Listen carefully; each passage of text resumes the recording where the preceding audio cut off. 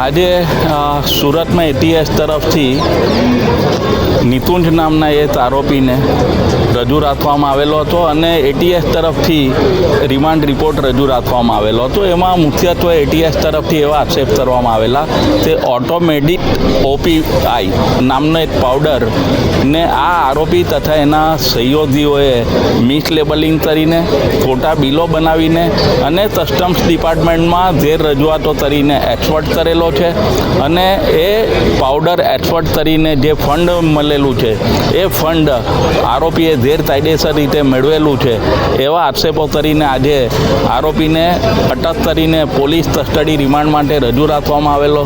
કુલ 10 દિવસના એટીએસ દ્વારા રિમાન્ડ માંગવામાં આવેલા હતા। એટીએસ દ્વારા મુખ્ય મુદ્દો એ રજૂ રાખવામાં આવેલો કે આ જે ફંડ આવ્યું છે મલેશિયા અને થાઈલેન્ડથી એ કોઈ ગેરકાયદેસર પ્રવૃત્તિમાં વપરાશ અર્થે વાપરવા માટે આવ્યું છે તે કોઈ આતંકવાદી પ્રવૃત્તિ માટે આ આવ્યું છે।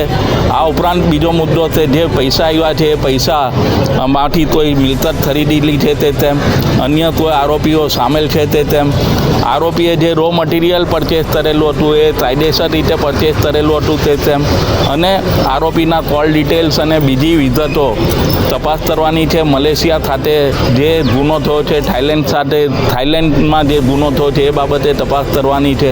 એવા મુદ્દાઓસર 10 દિવસના પોલીસ રિમાન્ડ માંગવામાં આવેલા હતા। આજે અમો તરફથી આરોપી તરફથી એવો બચાવ લેવામાં આવેલો કે જે પાવડર પ્રશ્ન હેઠળ છે એ પાવડર સરકાર દ્વારા પ્રતિબંધિત પાવડરની વ્યાખ્યામાં આવતો નથી। એ બજારમાં ખુલ્લેઆમ વેચાણ થઈ શકે છે અને ખુલ્લેઆમ ખરીદી શકાય છે।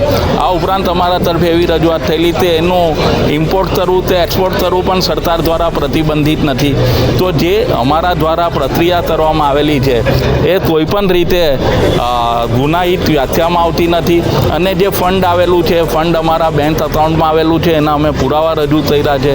અમે એવી પણ રજૂઆત કરી છે અમે જે રો મટીરિયલ પરચેસ કર્યું છે એ રો મટીરિયલ પણ અમે જીએસટી બિલથી પરચેસ કરેલું છે એના પણ પુરાવા અમે એટીએસને આપ્યા છે।